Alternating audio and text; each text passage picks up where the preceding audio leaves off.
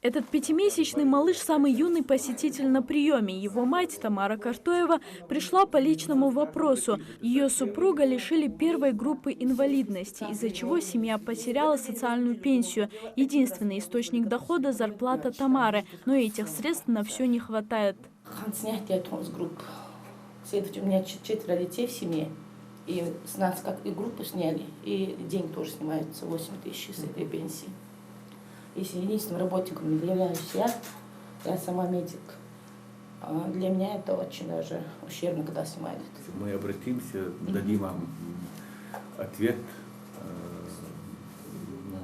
если возможности, чтобы помогли.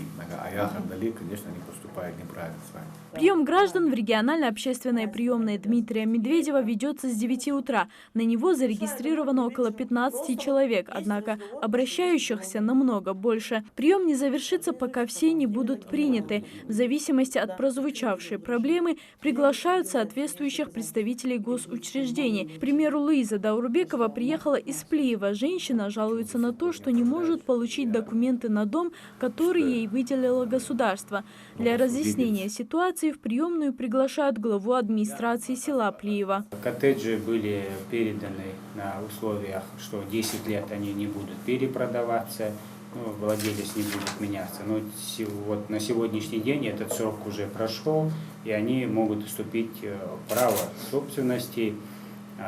И теперь прорабатывается вопрос с правительством о передаче этих коттеджей им в собственность, оформление, в том числе и земельного участка. Прием граждан проводится в последнюю пятницу каждого месяца. Принимают не только тех, кто обратился в общественную приемную Дмитрия Медведева, но и в парламент республики. Чаще всего обращаются с проблемой трудоустройства. По этому случаю здесь даже подготовили список вакантных мест в республике. Их около 400. Многодетная мать Марьям Евлоева хочет трудоустроить хотя бы 2 своих детей. У них высшее образование, но отучившись, не могут найти работу.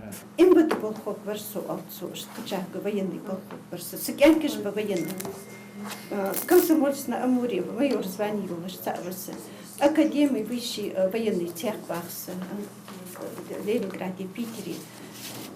Транспорта тила яха шипаса, военный пассажириш. Яр Маркло, именно Макарова яха, замахварваса, марсенья гадиши датаса. По трудоустройству сегодня, можно сказать, прием прошел для меня и для обратившихся успешно, потому что большому количеству мы смогли помочь трудоустроиться.